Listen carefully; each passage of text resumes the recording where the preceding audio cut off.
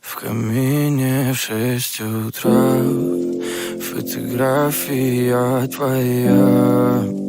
Горят воспоминания о тебе.